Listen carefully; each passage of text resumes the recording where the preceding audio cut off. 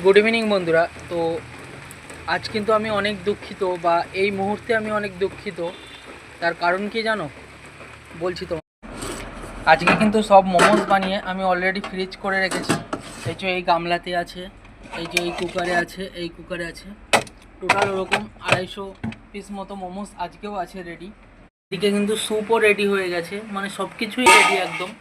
মোমোর জন্য যা যা দরকার হয়। বাইরে কিন্তু এখন হচ্ছে বৃষ্টি, আর এদিকে যে ভ্যান নিয়ে আমি যাই সে ভ্যানও রেডি। এদিকে কিন্তু বাইরে বৃষ্টি হচ্ছে, আর অলরেডি এখন 5:30 বেজে গেছে। তো কালকে আমার মোমোটা একটু তাড়াতাড়ি শেষ হয়ে গেছিলো 7:30টার মধ্যে।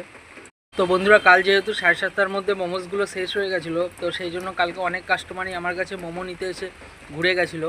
তো তাদের জন্য খুবই দুঃখিত। আর সেই সমস্ত কাস্টমারগুলো কালকে আমায় বলেছিল যে আজকে আমি মোমোস নিয়ে বসবো কিনা।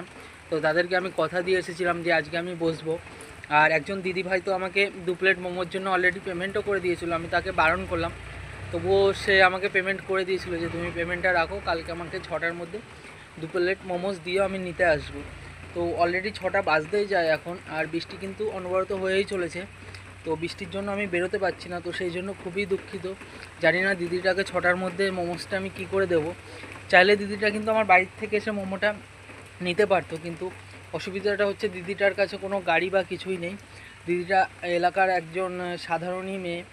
তো সেই জন্য খুবই টেনশনে আছি যে দিদিটাকে কি করে মোমোসটা দেবো। আর যে সমস্ত কাস্টমারগুলোকে আমি কথা দিয়েছিলাম যে আজকে আমি বসবো, তো জানি না এখন কি করবো। আর বৃষ্টি না থামলে তো আমি বেরোতে পারবো না। তো এই জন্য খুবই দুঃখিত এই মুহূর্তে আমি।